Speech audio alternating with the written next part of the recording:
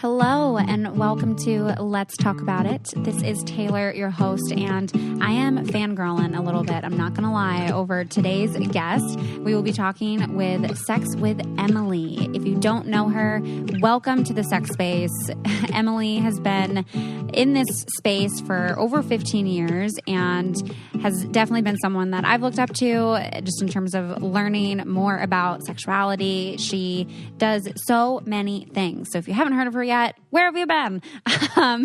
Dr. Emily is the founder and host of the Sex with Emily radio show that is on Sirius XM. It is top rated. She also has a podcast that is also called Sex with Emily. It is the longest running sex and relationships podcast in the world. It has been in production since 2005, long before sex education was mainstream at all. Emily has a doctorate in human sexuality and is also the author of a best-selling book. She is down to earth. She's shame-free. She's incredibly helpful. She also served as co-host on the Loveline radio show. So today, Emily is joining the podcast, and we are going to together answer some of your sex questions. So we've got questions ranging from things like masturbation to porn use to sex drive. And then I'm going to ask my own personal question because I can and I need her help. So I truly enjoyed recording this episode with Emily, and I'm very excited to be colleagues with her, going through my own training in sex therapy. So thank you guys for asking all the questions that you did and for putting yourselves out there and being vulnerable with me. And I'm honored to answer these questions alongside with Emily. So if you guys have further questions, don't forget you can always send in a audio note to ask.letstalkaboutit@gmail.com. And make sure to follow the podcast Instagram page at Let's Talk About It _podcast. And at the end of this episode, Emily and I do talk about toys. So giving you a reminder up front here that if you want to check out some of the toys, you can go to wevibe.com and use the code Taylor20 for 20% off of any toy that you choose. Check out the toys that they have on sale. One of my favorites is the Melt. Emily and I will definitely continue to talk about that towards the end of the episode, but just be sure to check out the episode notes at the end of this episode or now if you're interested in some of the toys. I super appreciate you all submitting these questions, and I hope that Emily and I have given you some good feedback. So let's talk about it.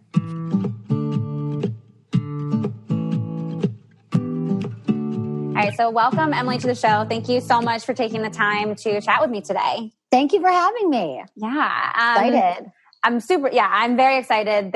You've been in this field for many years, more than I have. So I feel like there's a lot that I can learn from you, and also just from your own personal experiences, that you've been much more intentionally engaged in this field than I have. But have super appreciated your work in this space. And we have a bunch of listener questions that I'm really excited to kind of answer along with you. But before we get to that, I was hoping you could share with both me and listeners here just a little bit about what got you into this field in the first place. Okay. Well, I got into this field because I had abysmal sex education, if any. And I had been having sex for a while. And I was like, what is the big deal with sex? I thought it was really underwhelming, and I wasn't having orgasms. I didn't masturbate. And I was like, sex.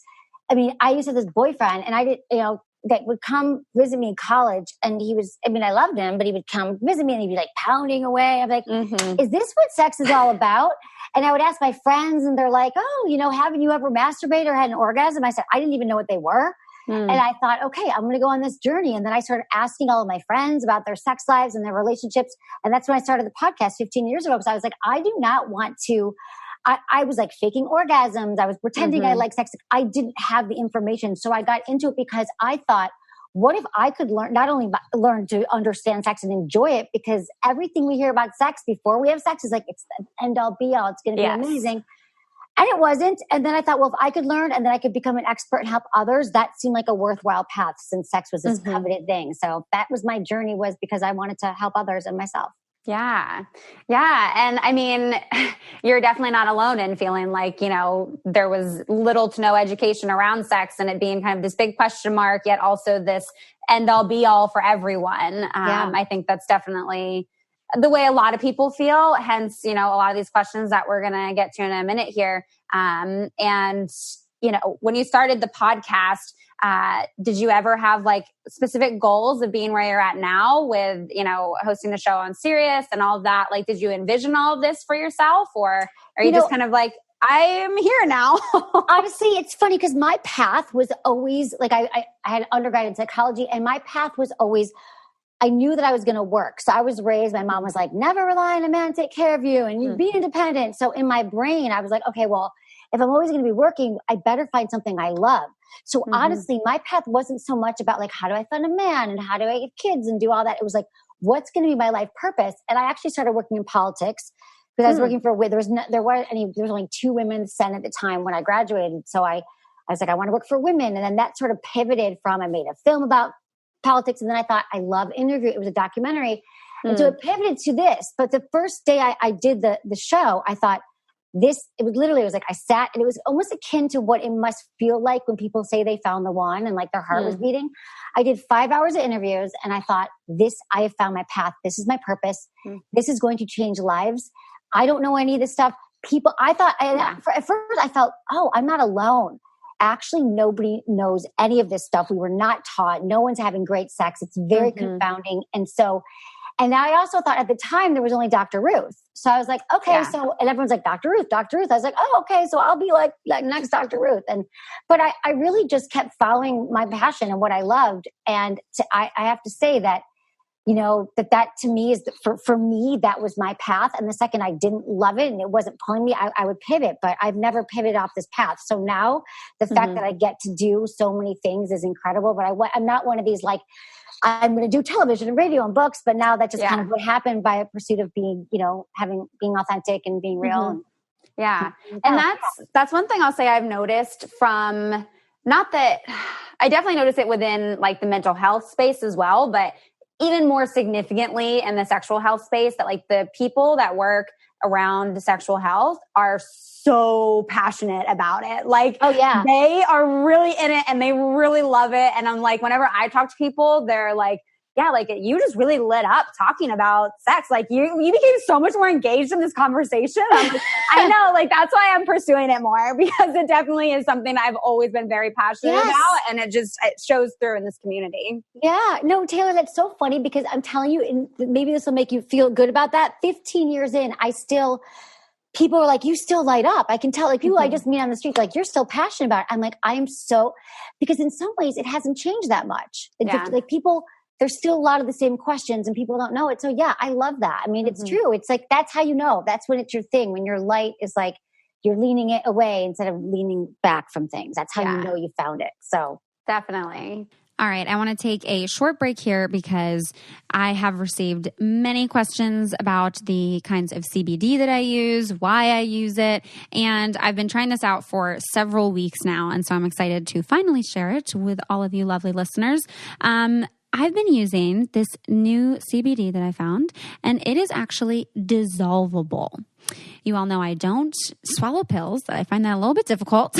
But I have found Caliper, which helps you consume CBD in a dissolvable form, which, I mean, when I take CBD, I notice that it helps me feel a little less sore. I usually carry a lot of tension and stress in my shoulders and in my neck. So taking CBD has really helped with that. So I just started off in the mornings just so that I'm going throughout the day a little more relaxed. But unlike CBD oils, the Caliper CBD powder is completely tasteless. Like, you can just mix it straight up into water and you don't even notice it.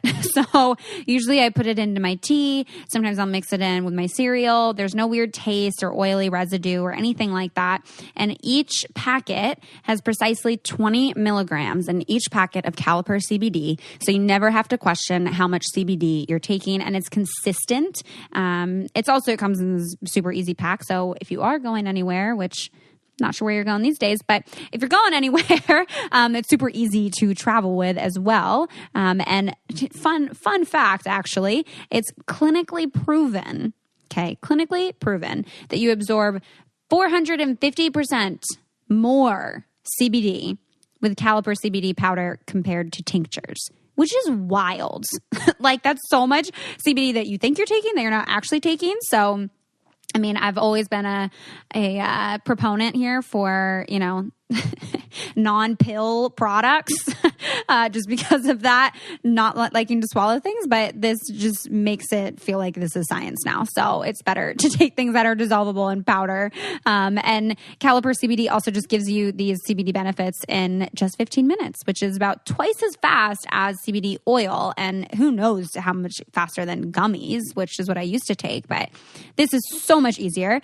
And you can get started for under $20. CBD from Caliper comes in affordable 10 and 30 count packs. So today, very excited to share with you all, you will get 20% off your order when you use promo code TALKABOUTIT at trycaliper.com/talkaboutit. You can try Caliper CBD risk-free for 30 days. If you don't love it, they'll give you a full refund. So no worries. That's trycaliper.com/talkaboutit. Don't forget promo code TALKABOUTIT for 20% off your first order. So I hope you all enjoy and take advantage of this lovely offer. With all of that said, we can now get right back to the show. I want to kind of get a little bit here.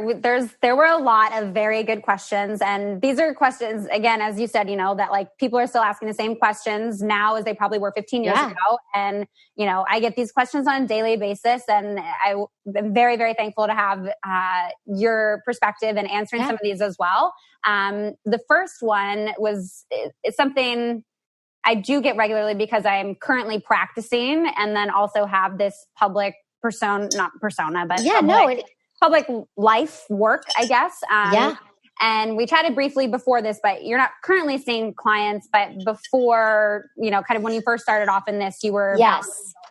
And so this listener asked, how does you discussing personal things like sex, masturbation, etc., have an impact on your therapy profession? Do you see any conflicts or projections by clients? I'm a therapist as well, and I'm so private on social media for fear of clients seeing this personal side of me.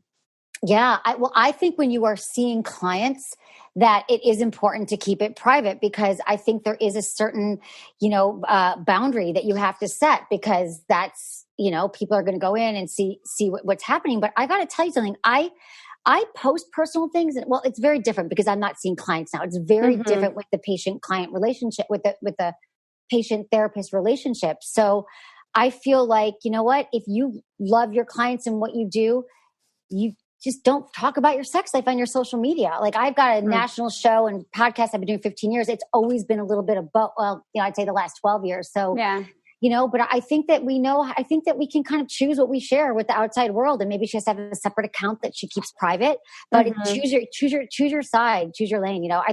That's what I think you have to do. I think, but also when I first started, I thought, well, if I'm talking about my sex life every day, like last night I was banging this guy and this thing happened, that also gets old. So there's a certain kind of like, I don't know how to explain this to you, but I've always sort of known where the line is. And it's not even conscious, but it's like, if I share something, it's because if I ever share anything about myself, it's because it's germane to the conversation, to the listener, to the caller. I can tell you that I did the same thing with someone, or one time I faked an orgasm, or I thought the guy's penis I didn't know what to do with it, because it's relatable. But just to be sensational, like this happened, that doesn't work. So I think you find your groove that works. Definitely. I agree with that. And I think most of the things, on just kind of the platforms that we have, I think we both are intentional about the things that we share there. So for me, I'm going to share parts of my masturbation journey that feel like they might be helpful for someone, regardless if it's a client or not. And for me, my boundaries with social media, I have a whole section in my disclosure statement that I go over with clients in the beginning about my social media policy, and where, I request that clients do not follow me on any public forums because there's these disadvantages XYZ and there's these advantages XYZ of how that could impact treatment, and making sure that that's an ongoing conversation throughout therapy as we check in with our therapeutic relationship. Because for me, again, it's important that the clients I work with understand that I'm also a person, Like, I'm not going to be going into session like, oh my God, by the way, I tried out this new vibrator last night and it was so amazing. And like, I hooked up with this guy. Like, that's not what our therapy sessions are about. But like, I also am still a person outside of this. And maybe it definitely is creating a separate account, and maybe it is keeping your account private. Whatever those boundaries that feel best for you as a professional, then, you know, I think you trust that. Yeah. And also think about like, why am I sharing this right now? Like, I almost believe if you're a therapist and you're sharing something, I don't know, again, you just kind of think of like, will this be helpful? Will this be useful? But I think we get to decide case by case basis. Yeah, definitely. This is probably the longest question that we'll have. This listener gave a little bit of backstory here, but I feel like it's important and also relatable. Yeah, I love it. Let's do it. Yeah. So this listener, she writes, my whole life, I have struggled with my mental health. In my home, there was verbal and emotional abuse. There were also never any negative messages sent to me about sex, but also never really any positive ones either. I just always remember feeling confused and extremely shameful anytime I would feel any sort of sexual urge or desire. Those feelings followed me into my adult years. At a young age, I remember feeling sexual and wanting to explore my sexuality, and I would masturbate without understanding what it was, yet then later feel extreme guilt or like I had a problem. As I grew up, I struggled with body image issues and developed an unhealthy relationship with my eating habits and self-worth. I started therapy, and through therapy, I realized I had to rebuild the relationship with myself. And a lot of that rebuilding was getting to know my body before I allowed anyone else to. I had a boyfriend around age 16 while I was in the middle of all of this. And I never felt comfortable enough to do anything sexual. Same with the boyfriend I had from age 17 to 18. I completely stopped dating at age 18 and dedicated my time and energy to healing myself. What I'm realizing now as a 23-year-old who is 6 months into her first, quote, real adult relationship is connecting to myself through masturbation and exploring my sexuality and sexual health. I am bridging a gap between my sexual health and mental health. I am healing so many broken parts of myself through embracing my sexuality. I'm comfortable with solo sex, but not experienced in partnered sex. The partner I have now doesn't know that. So far, we have experimented with FaceTime sex and sexting, which is fun for me and makes me feel more comfortable, slowly allowing someone into an intimate space with me. My question is, am I obligated to tell this person that I have no prior experience with partnered sex?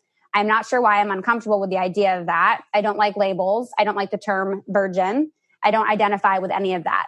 I feel comfortable in my sexuality with pleasuring myself, and I know I'm comfortable with him, but part of me feels guilt and shame for not telling him. I just wanted thoughts on this and also wanted to provide some background information. Yeah, that's a really good, there's so much there because I think it's so relatable too. So many of us have these stigmas from childhood and religion, and they carry us throughout our lifetime unless, we kind of face them and realize we get to make our own choices and our own decisions. But the question, what it came to is like, let's start with that one and we can go deeper into it. But is that, should she tell her partner? And I absolutely think that if we're going to have sex with somebody, be intimate with somebody, they deserve to know the truth, because I think that we want to set people up for success and to be great lovers to us. We want to be a great lover to them. So I think just saying, being completely honest and saying, I had some shame. It feels very vulnerable to me to share this with you, but I love our connection, what's been going on with us and turn me on. And I'm new at partnered sex. So I want you to know where I'm at right now. And so I hope we can go safe and slow and let me know what you think about that. Or what do you think? I just think, it's almost like someone, like if someone gave you the keys to drive their car, you'd be like, oh, I actually don't know how to drive. So I feel like with sex, we treat it with such kid gloves, but that is the problem. The more we're able to communicate about what we actually want, that's where the magic happens and how we have better sex. I think. What do you think? Yeah. The wording of this, right? Like, am I obligated to tell this person that I don't have prior experience? I think it's less of like an obligation and more of like I would hope that you would want to, because hopefully by doing that, you're like ridding yourself of some of this potential shame around this, and you're creating a deeper connection with your partner because you're allowing them to actually understand your sexual history, which is going to help them better understand how to please you. Exactly. So right? We just think our partners are going to be mind readers. And I love what you said about shame, because the journey about shame is that once we actually say the things that we think we cannot say, that's when all the power of it over us melts away. And then we're able to rise beyond whatever our limitations are in our, brain. 100%. That silence and like holding that in, I think only feeds and perpetuates that shame. So, I mean, this listener, you might experience a sense of relief when you tell him. You might experience, some deeper connection. I mean, your partner may actually not have any experience either, right? Like you never know what your partner is going to come back at you with and what their experience is. So Such I would a good definitely point. Yeah. open the door for that conversation. Right. All right, I want to take a short break right here because this is your reminder right now to check in with yourself, okay? I've shared them many times on the podcast as one of my favorite sponsors, and that is BetterHelp.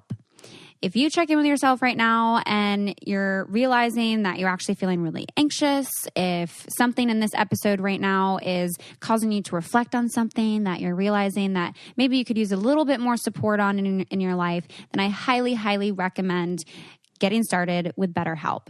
You take a short little questionnaire and they will ask you questions to properly match you with a therapist. And again, this is a licensed professional counselor. It's not self-help. And you'll get matched in under 24 hours where you can connect in a safe and private online environment. It is honestly incredibly, incredibly convenient. So today, as a listener of Let's Talk About It, I want to help you out and get 10% off your first month. So you can fit in 4 sessions in your first month by visiting betterhelp.com/talkaboutit. You can join over 800,000 people, probably many more today, people that are taking charge of their mental health. Again, that's BetterHelp, HELP.com/talkaboutit. And it's okay if you're struggling. It's okay to reach out for help. I love you all. I hope you take advantage of this BetterHelp offer and put yourself first. Get the help that you want or that you need, or get the support that you want or need. It's okay. I could go on and on about this, but we can get back to the show now. This next question is really kind of similar, but also opposite. This listener asks, how can I get a guy to take my virginity? Guys think I'm a huge turnoff since I'm 25 and a virgin. And I've actually got a lot of questions about this, about being in mid-20s, early 30s and being a virgin. Curious what your thoughts and advice are on this. Well, it's funny. I get a lot of those questions too, on Sex with Emily. And I feel like the thing is that it's all about marketing and packaging your story, and not to be so cold about it, but it's like, hey, I've been exploring my body and figuring out what I like. And I haven't felt ready right until now. And I want you to know that, like, I can't wait to be intimate with you and have sex. And this is, I think I'm ready to take the journey right now. I love that I've waited and taken this time to understand myself. Like, but rather like, oh, we need to talk. Guess what? I'm a virgin. Right? Yeah. That's what I think. I think that the more we talk about this, like, less shame. Who's to say what age? I love that she waited. I love that she's like, I wasn't ready till now. And I think we have to flip our own story, our own narratives. Yeah. No, I like the piece of like how you deliver that, I think is gonna tell your partner a lot about like where you're at, right? If you're coming at it and you're like very shy and just kind of like shameful about it, then that person might kind of get freaked out and say that that's a turnoff and that they're not about that. But if you're coming at it like really excited, like, I waited till now, but like now I'm really into this and I really want to do this. But I think a big thing around, that first experience, that sexual debut, as I like to call it, instead of virginity. Yeah, I hate that. Listen, if anybody who shames you or doesn't want to be with you because you shared that information, guess what? They're not your person. Yeah. Like, that is information. I think we all like, how do I be a good lover? How do I make a good orgasm face? How do I be the most experienced lover? Be yourself. You want someone to love you for who you are and show up in that way. If they're doing you a favor, if they're like, oh, you're a virgin, bye. Yeah. On to the next. That's my take on it. And that took me a long time to learn that lesson, that actually that's protecting us from people that aren't for us. They might not understand it. They might take a beat and go, oh, interesting. Didn't know that. But the people who judge you and shame you are not your people. That goes for friends too. 100%, definitely. I think my point, as I think back here to just the sexual debut piece, this person started out with their question of how do I get a guy to take my virginity? And then it's like this something that he's taking from you that you're giving away. Whereas if you look at this as like a sexual debut and it's a fun, like, you know, can we share this experience with each other? You know, this is going to be the first time that I experience this kind of sex and I want to share it with you and I'm really excited. Might be less of a pressured kind of delivery for that. I think if you can communicate your desires ahead of time, similar to with this previous listener, because I think often, you know, typically heterosexual, cisgender, all of that, men will feel a little scared and pressure around quote unquote virginity at later ages because there's this sense of responsibility and pressure that is put upon them. So I think having an honest conversation about that and maybe even starting off like, you know, I understand it might feel a little intimidating or it might feel like there's this pressure around it because I haven't experienced this before, but like, this is where I'm at, XYZ. I think that was my original thought there. No, that's so true. We get to rewrite it and be like, you know, and again, no one knows this before because they think it is a taking thing. But if it's like, you are lucky to be invited to my sexual debut. I am not attached. You don't owe me anything, but welcome to my debut party. And you're lucky to be invited. Party of two. Or not, you know, so I love that just twist on it because it's like, because you're right, there is to give, you know, of course, cisgender men are like, yeah, they feel what they've been told is, oh God, it's going to be a thing. And she's going to, oh my God, she's going to get attached. She's going to get married. And it's like, no, what if you got to present like, this is what it's about. And then just we get to set the ground rules and explain what we need. Yeah, there's a lot more I could say on that one, but there are a lot of other good questions I want to get to. So this next one is how to increase sex drive without masturbation, parentheses, personal choice. All right. So this is from a woman, right? Female? I don't know. I'm going to make the assumption here that this is a heterosexual cisgender woman. Okay. Exactly. Because most men are not like, I don't want to masturbate. Like said no man ever. Yes. I mean, honestly, I feel like our brain is the largest sex organ. And so if there's ways to figure out right now, like what actually gets you in the mood for sex? Like what turns you on? Is it reading erotica? Is it, you know, reading? Is it educating yourself?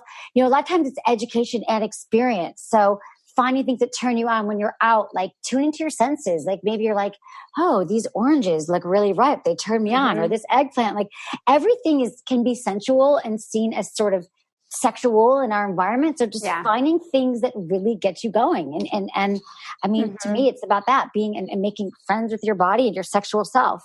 If you don't want to masturbate, like what does it feel like to you? What gets you internally? We have to keep our own pilot light lit.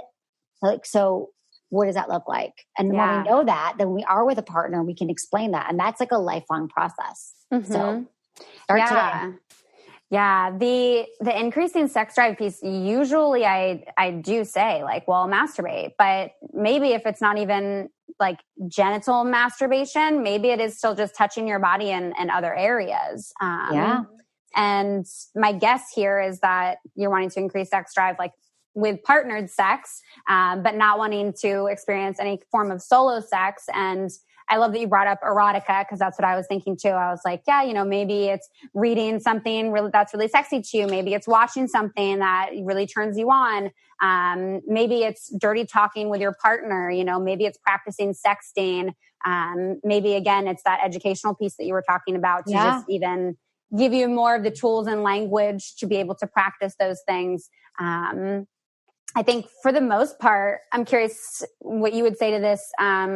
I think something that helps increase my sex drive when I don't feel like masturbating or when I'm like saying, you know, okay, maybe I'm not going to masturbate, but I want to get turned on. Usually my go-to is to actually like take naked selfies. Oh, really? And like, look at your own. Yeah, because you're like looking at your body and you're like, I look hot. Yeah. I look good. Totally. I agree with you. And do you know, I love that you said that. There's a study that came out that showed that women, when they look in the mirror, like if they watch a couple, like a heterosexual couple having sex, and women get more turned on by their own image and by their own body than anything else. And so yeah, like take a mirror, like look at what you look like, and that might inspire you as well. Yeah, it's so true. I love the naked selfie thing. Yeah, girl. I mean, like, why? Yeah. Really, we are sexy. And once we get on board with that, we're like, I'm friggin' hot. Like, look at what our bodies, like women are like we are like run the universe. Like our sexual energy like fuels the world. Like if we can I want every woman tap into that. It's just such a beautiful thing. And we keep it down, you know? And so I'm just wondering if the reason not to masturbate is, you know, again, if there's some messages in our head that's like, it's wrong, or I'm doing something wrong, that's also going to keep it down because our thoughts rule that. Our thoughts are not the truth either, but our thoughts also can keep our sex drive down. Yeah. Yeah. Like the parentheses, personal choice. I'm like, wait, but I have a lot of questions about that. I know. Can you write us another? We'll come back. Yeah. But no, love that you brought up like that study. And I think, you know, even there are questions farther down about porn that I want to make sure we get to. But I just came across one of my Toronto lover sent me a adult film star, Scarlett Scandal is her name. Okay. And I don't know if she's mixed or not, but we look very alike. Like, and she's got her curly hair, and like, I don't see a lot of that representation in the porn industry to begin with. So the fact that I found her, I was like, this is so exciting because like, I really enjoy watching her because she looks like me. Right. Exactly. That makes so much sense though. Yeah. Because you don't see people like yourself. Yeah, it's true. Because we are narcissists in a way. We can tune it through sex. I was like, I don't know what this says about me, but representation is important. No, it is important because you're like, it's familiar. That makes so much sense. Yes. Yeah. This is good advice. I love that. Yes. Yeah. So this next question, she says, my husband and I have been together for 6 years and married for 1.5 years. I have a much higher sex drive than him and often find myself feeling frustrated and feeling unwanted and ugly. Whenever I try to initiate, he always turns me down. I used to try to talk to him about it, but he would either shut down and get angry or listen and apologize and say he would do better, but never actually be better. It's been 3 years of this now. I've stopped sharing how I feel because it's falling on deaf ears, and I'm actually enjoying the little sex we do have less because I can't stop thinking about how we won't have it again for another couple of weeks. He gets in the mood at weird times. So even if I'm not in the mood, I go along because I don't know when he will want to have sex again. Is this normal? I try not to put myself or him down in my head because I'm so distraught over this. My thoughts go between he's selfish and doesn't care about my needs, and I'm ugly and he isn't attracted to me. Neither is true, but how can I deal with this better? Yeah, this is I mean, this is very typical in every relationship. I want everyone to hear this. Take a moment. There will always be a high desire partner and a low desire partner in every relationship. And that might switch over time. So when this happens, we just need the tools to have a healthy conversation with our partner about sex, about our intimacy and our relationship. Because typically what happens is we get in this pattern. We're like, I'm feeling rejected now. And when we feel rejected, we feel ugly and fat. And it's because I gained weight and I'm a terrible person. But it's really just, it's this desire discrepancy. And so, and the low desire, has the power, the sense of that they get to control it. So, I mean, it's even unwittingly. So my suggestion is to have a conversation about your sex life outside the bedroom, not after you feel rejected or he feels bad. It's more like when you're going to dinner, you're hanging out, you're in a neutral environment, you're in a calm place. And you're just like, babe, you know what? I love you, our relationship. I really think we should, I would love to talk about our intimate life. I would love to figure out a way that we become the greatest lovers to each other. And I feel like we've gotten to this pattern. And so I think about you all the time. And I want to know like what really turns you on. Let me tell you what turns me on. Let's figure out a schedule. And people think like that's so the least sexy thing is to schedule sex.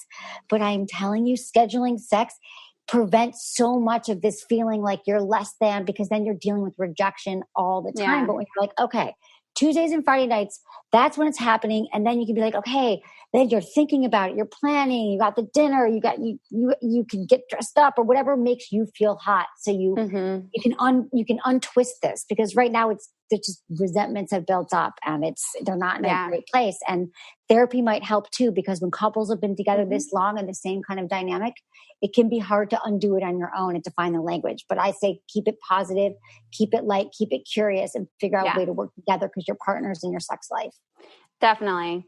Yeah. And I'm glad you brought up the keep it fun, keep it curious piece, because I think often when you kind of get in a little bit of this rut, I'm going to call it, where that desire is mismatched, and there's this buildup now of this pressure on even just the act of you both having sex. So staying creative, I think engaging in other course, where the goal is not specific to have penetrative sex. So, maybe you do schedule that Tuesday and Friday night, and, you say you're going to play around, you're going to do massage a little bit, you're going to focus on kissing, you're going to maybe have some fun with some oral play, but there's no the goal is just pleasure of how can we both experience pleasure together, and it not be this specific goal of we're going to achieve having penetrative sex and there's this pressure around it, but of just letting yourselves experience pleasure with each other, however that looks, and to allow yourselves to get creative with that.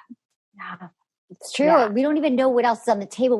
One of the problems is that we just think about sex as being this linear, penetrative thing. You go from kissing to and then it's no, it could be so many other things. It could be tonight we're going to make out. Maybe they need, massage. They need to relax. I mean, we're so anxious, and anxiety is going to kill our sex drive. So find ways to build it up. Yeah, exactly. Love it. So a second ago, I had brought up porn. So this question is, what do you think of studies showing how porn consumption changes our brains for the worse, and the quality of our relationships with others, even linked with erectile dysfunction? I know many of them show correlations with frequency of consumption, but if that's the case, how much is too much? If any could be bad, why take the risk and support the industry? Questions I'm sure all the followers are asking. This also comes after I have a partnership with Erica Lust and promoted X Confessions and Lust Cinema, both of which I love and support. Yes. But I'll let you. I love Erica Lust. That's great. I mean, her stuff is... so here's the thing about the links in the studies between erectile dysfunction and porn. They haven't been that conclusive. There's a lot of different things that we're blaming porn on. Here's what I think. I think the problems with porn lie in the fact that people assume that porn is a blueprint of how we should actually have sex. And so then people are building up sex, and they're not actually having intercourse. They're not having any kind of other intimacy. And then they have these expectations. They're assuming that's, wait, I just had sex with someone. Why didn't she bring a friend or a third? Yeah. She didn't, she didn't squirt. Why did she spread her ass cheeks open for me? Exactly, right? Anal didn't happen on the first date. And so I think that that's the real problem, and that we can rewire the grooves in our brain about what turns us on, and we keep sort of escalating the material. So then you feel like, what we're watching, and then we feel like we can't actually get aroused with a partner. And so I think Erica Lust is a great example. Finding erotica, Try Quinn is a great site. It's audio erotica, or finding other things that turn you on. I don't think that every porn is for everybody. And so I don't think that you have to totally say no and throw the baby out with the bathwater. But I also think that that erectile dysfunction is on the rise for men of all ages now, where it used to just be a little bit older men. And I think that is because perhaps for some people that there could be an element to porn, like anything in excess. But I also think it's anxiety and this performance thing, which we could also perhaps link back to porn, that we constantly think our penis isn't erect enough. I'm not wet enough, all the things that we do to comparison. So it's sort of a indirect correlation, but I'm not blaming porn for anything. Definitely. Yeah. And I think, again, when it comes to frequency and consumption, that if it's creating dysfunction in your life, if it directly is creating dysfunction in your life, right? You can't stop watching porn, you're at work and you're watching porn, you're getting fired from your job because you're watching porn and all these things, then that might be a problem. That might be something to look at. If that's starting to create actual function in your day-to-day life. But yeah, in terms of what you said related to erectile dysfunction. I haven't dove deep into that research. So I'm glad that you brought all of that up. But yeah, I think that porn can definitely be seen as it is a performance, but it puts that pressure on men, self-identified men, whatever, to perform in that way that creates pressure, which then creates this anxiety when it comes to actually having partnered sex in real life. That makes sense to me, that connection. I don't think that porn is inherently bad for us to watch, or inherently negative for our relationships. Films produced like by Erica Less, some of those are like, documentaries of people having real sex that can actually be in some ways educational as opposed to, your typical mainstream porn. So, that's kind of my thought on that. If they're saying if any can be bad, why take the risk and support the industry? And while this is the longest, prostitution is the longest career or whatever in history. Yeah. It's the longest profession. And I don't think that, I don't think that there's anything wrong with supporting people in the sex industry, sex workers. I think that they need that support and healthy, safe work environments. So I think we should be advocating for that. Exactly. What was the name of the thing that you said for reading erotica? Oh, it's called, it's actually audio erotica. It's called, it's called Quinn, Quinn. Okay. Try Quinn.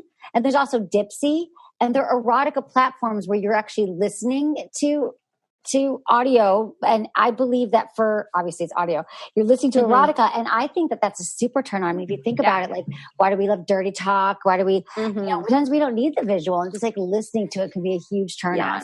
That's one of my favorite things to do with sexting is to just send audio notes back and forth. Yes. Because I'm all about the dirty talk. Same. It is easier. And I'm also just like, I don't want to have to like sit there and type a bunch, but also just hearing someone's voice, like what they want to do to me is like, right. I love it. It's everything. I agree. There you go. That's how you turn yourself on, right? For other people who are thinking, how do I get in the mood? Like, it's such a great thing. Like, have your partner send you what they want to do to you. Yes. What they're thinking about you. Right. Exactly. This next question is also related to porn. The guy I'm hooking up with can't get off from penetration. He usually has to finish himself with his hand, and sometimes it can take a while, like over 30 minutes. He also puts porn on his phone while he does it, and I'm just like, why am I even here? I usually touch myself while he's doing that, so it's like a mutual masturbation type of situation, but I can get myself off in like 5 minutes, and then I'm just lying there waiting for him to finish jerking off to his porn for half an hour. It's clearly not an ideal situation, and the problem seems like it's mostly on his end, so I'm not sure if there's anything I could even do. Thinking of just finding someone new to hook up with. I've heard this a lot lately. I have to say that it can be harder for some men, young men all men actually, to ejaculate. Well, first off, there's two things. He might have delayed ejaculation, which is a condition for men who are unable to ejaculate in under 30 minutes. And, or is it 45 minutes or less? I think it's like 30, but so there's part of that. And that is a condition that's very hard to kind of, could it come from, like our training of how we've trained ourselves to masturbate. Again, I think a lot of it is anxiety and our thoughts. So that's one thing, but I think this sounds like he's really into a masturbatory pattern that is so linked into his brain right now that he doesn't have experience being relationally sexual with somebody. And so what I think, if you really like this guy, I wouldn't say bail, but I would say, just like we told our last listener, say, hey, you know what? I want to show you some things that turn me on and what would feel good. And then if you both get engaged, sex is energy, right? Yeah. Connection is energy. Is there a way that you can both learn to give and take and show him what you like and what you like? And then you're going like back and forth. And it sounds like it's just a very like individual, this is his pattern and your pattern. And so, and then the thing about men just so used to their own hand, that's another thing. And men can unlearn, but they have to stop. They have to take the steps towards unlearning it, unlearning that that's their pattern. Yeah, I would definitely want to ask and have conversations with him about, what his history is with being able to ejaculate. Like if he is usually only being able to finish himself or orgasm, directly from masturbating to porn, like what his partnered sex has looked like in the past. If there are other ways that he masturbates without that, because you can develop that association. And it sounds like that's his solo sex association with orgasm and ejaculation is kind of bleeding over into his partnered sex life. Yes. But yeah, it's important to not blame ourselves, because I think that we go to like, what is the problem? Or she's getting angry to leave, and to ask more questions, get curious. Yeah. Sexual history. Great. Definitely. A few questions left. This person says, I'm assuming again, this is heterosexual cisgender woman. I want to learn more about orgasms. I can do clitoral ones on my own, but that's it. I'd like to have more with my partner too. So far, I can only climax when I'm on top and in the right mindset. I'm 36 and I want to learn everything there is about my body and the pleasures it's capable of. Great mindset. Yes. We all should learn about it. I know, right? I mean, that's the thing. And we have to learn our own bodies. And so, just so you know, the majority of women do not orgasm through penetrative sex alone. I'm sure you talk about that a lot, is that we just don't. And so the other work, like for me personally, I only had clitoral orgasms, and I had to actually like figure it out through masturbation, and I had to figure out how I could have an internal orgasm. And it was really through a toy and through fingers. And it wasn't necessarily through a partner, but it was more like being curious, because I think we get so caught up in like, this is how an orgasm is going to feel. And it didn't happen right away. So I had to like explore the nerve endings and what felt good inside, and experiment with like different lubes and toys. Because like when they talk about the G spot, which I've just never believed, it's like, I think it's like the G area of anything. I mean, I don't even like it. It was named after Grafenberg, who didn't even have a fucking vagina. Yeah. But this is more like, this is all in the self-work and the solo play, like putting your fingers inside and exploring. Now your partner could definitely come along with that journey. Like I've had partners when I was on my exploring that I was like, hey, like I remember going and buying like a G-spot vibrator, and buying like at the time, and buying a book and being like, how can we do this? And we went inside, and it became a partnered play thing. So it's like, let's find what feels good to me, and like, let's find with my partner what feels good to you. Like, let's find other things on your body that feel good. So I want people to remember that like partnered sex is something that you guys are doing together. I think we all have these solo journeys where we can, once we figure stuff out, or actually if we don't feel comfortable with masturbation, like do it with our partner. Yeah. Yeah, definitely. This next one is kind of similar to this. So part of it, I think you just answered. This listener is looking for help with getting wet.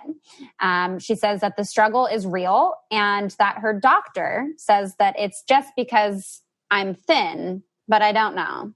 Oh my God, get a new doctor. Yeah, that was my thought. What does being thin have anything to do with how you get wet? Nothing, zero things. And I'm telling you guys, challenge your doctors, challenge your gynecologist. Yeah. If something doesn't make sense to you, get a new doctor. There's so much misinformation out there. But first I want to say that our wetness level is not an indicator of arousal. We could be very turned on and not wet. We could be wet and not turned on. It changes with our monthly cycles. It changes with certain medications. It changes for a lot of different things. And so really add lube. Like my vision is like a lube on every nightstand. I mean, I want everybody to just say like, if anything intimate is happening, pull out the lube so you don't have to even think about it, because then this becomes another self-fulfilling prophecy. I'm not wet enough. And so I think just add a few drops to everything, and to your penis, to your fingers, to your hands, or whoever you're with. And because also the tearing can happen if you're too dry, and then you get infections. Yeah. And I mean, I think that's something I used to have this rule that I would not allow a penis, a finger, okay, but I would not allow penetrative sex to occur unless I was like soaking wet. Like I was like, until I'm fully wet, this is not happening up in here. Like, sorry, you're not invited into the party until it's fully prepared. And I think I've kind of transitioned away from that a bit, because as you said, there are times where I'm super turned on and I might not be fully wet yet, but I'm like, no, I want this right now. Like we're grabbing lube and we're going. Yeah, exactly. Like, let's go. There's a thing. And this is another one of those myths. This is misinformation that we aren't taught. So. Yeah. This is the last question. And then I have like my own question to ask you. Yeah, of course. So this last question is how to appreciate being a squirter during sex and not make the aftermath cleanup suck. Okay, that's a great question because it can suck, but it's amazing. Throw down a towel, throw down some blankets. Like there's like throws online that are like known for sex play. I think Liberator makes one. I just buy like those like fuzzy blankets from like even from like Target. This is my sex blanket, and then you throw it in the wash after.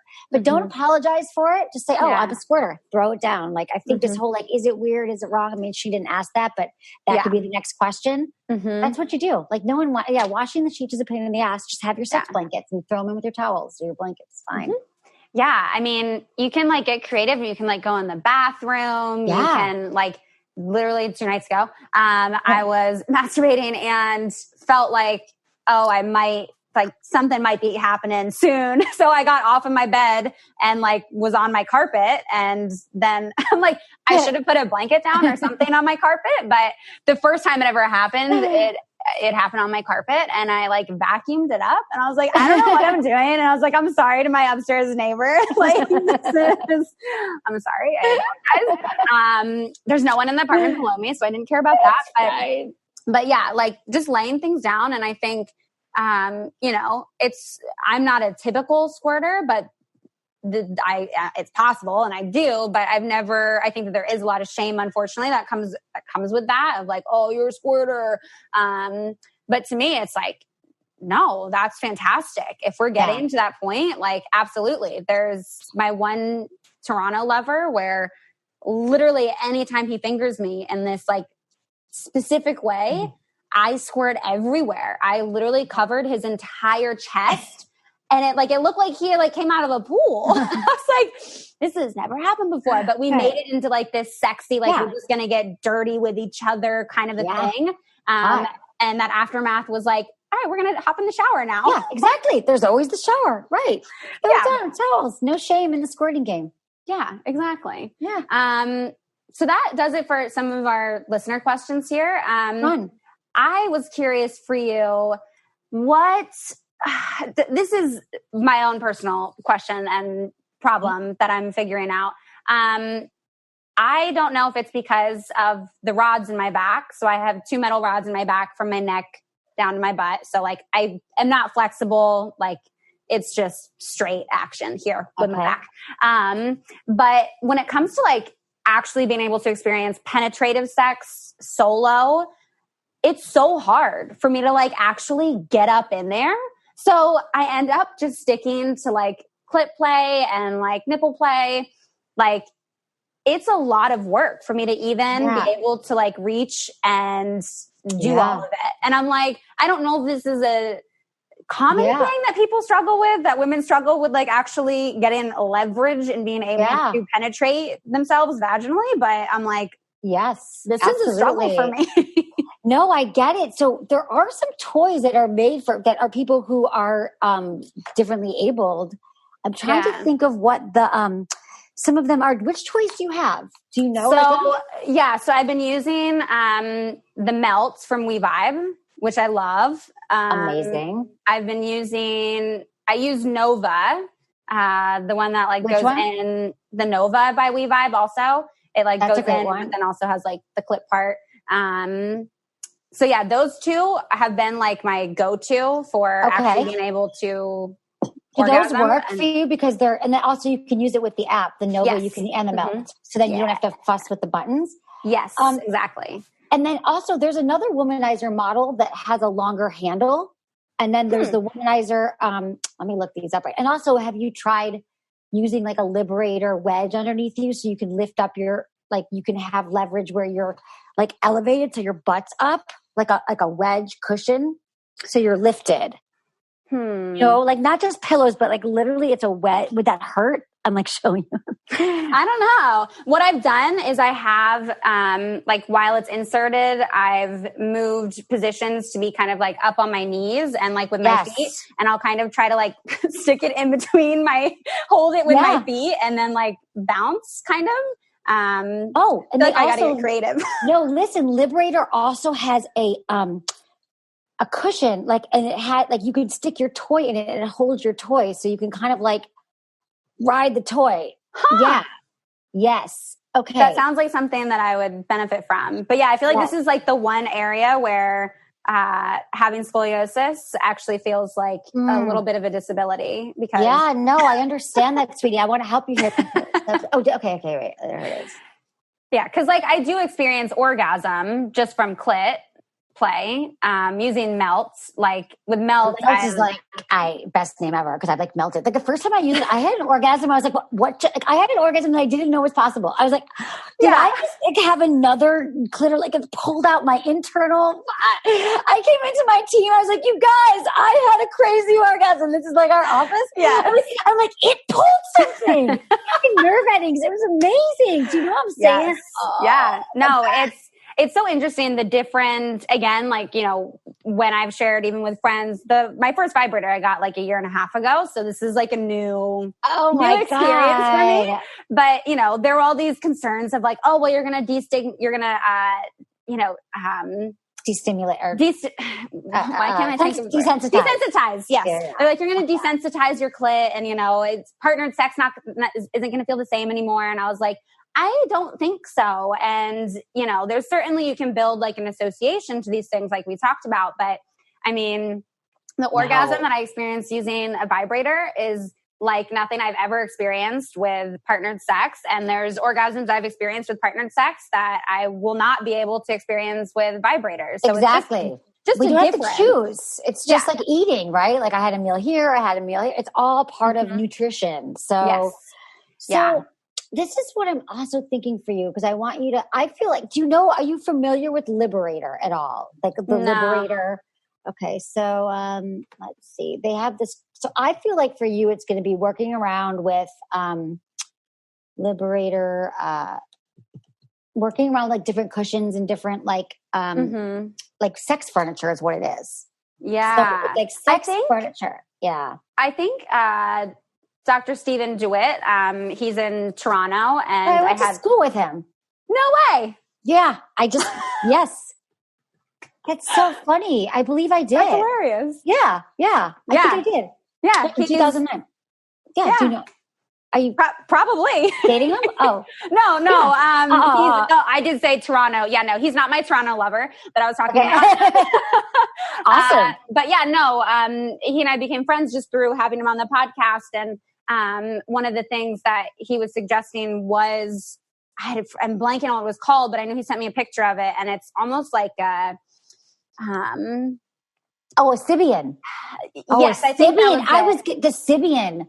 Yeah. I have a describe that? Oh, the Sybian. It looks like a horse. It looks like a saddle. It's like a saddle. Mm-hmm. And there's all these attachments, like 100 of them. I have one in my garage, like literally, and you just ride it. It's SYBIAN. That's what I was going to tell you. That's exactly it.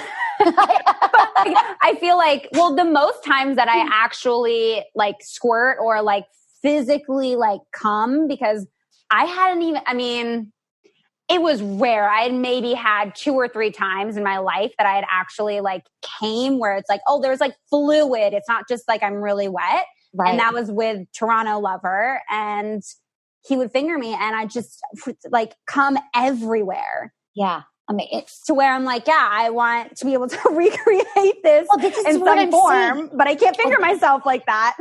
I mean, now is the time for me to be doing all of this when I literally have no option other than to just have sex with myself. So exactly. Now is the time for all of us. If you're solo partner to your home, come on. I don't want to give people pressure. Like you got to write your first novel and you got to like have your entire house organized, but at least up your intimacy game. Try to do something a little bit, learn your body a little bit more. Mm-hmm. Definitely. Yeah. I've been on that journey a bit, and definitely experimenting with toys has been very, very helpful, but it's a whole new world. I feel like I'm definitely where you were when you first started your podcast of like, how do I experience these things and how do I include all of this? And it's fun. Yeah. That is fun. I love it. I mean, I'm here to help you too. I mean, we're so recorded, but like if you need to know anything or you want to connect with any of these toy companies or like however I can help you, but it's a fun journey to go on because we're so limited in what we believe is what we can do. Like I thought I could only have a clitoral orgasm because that's so Definitely. Well, to kind of wrap all of this up, is there anything that you would want to share with listeners just around, some of the questions that we had, or around even toys that we were just talking about, favorites, or kind of like a big takeaway for you just from doing this work? I think my big takeaway is that your sexual health and wellness is a really important part of your overall health journey. Mm-hmm. And that you take one step at a time, and it's important to pay attention to it. And that we are responsible for our own pleasure. No one's giving it to you or taking it from you. And it is a path and it's a process. So be patient with yourself and go slow. And I always say communication is a lubrication.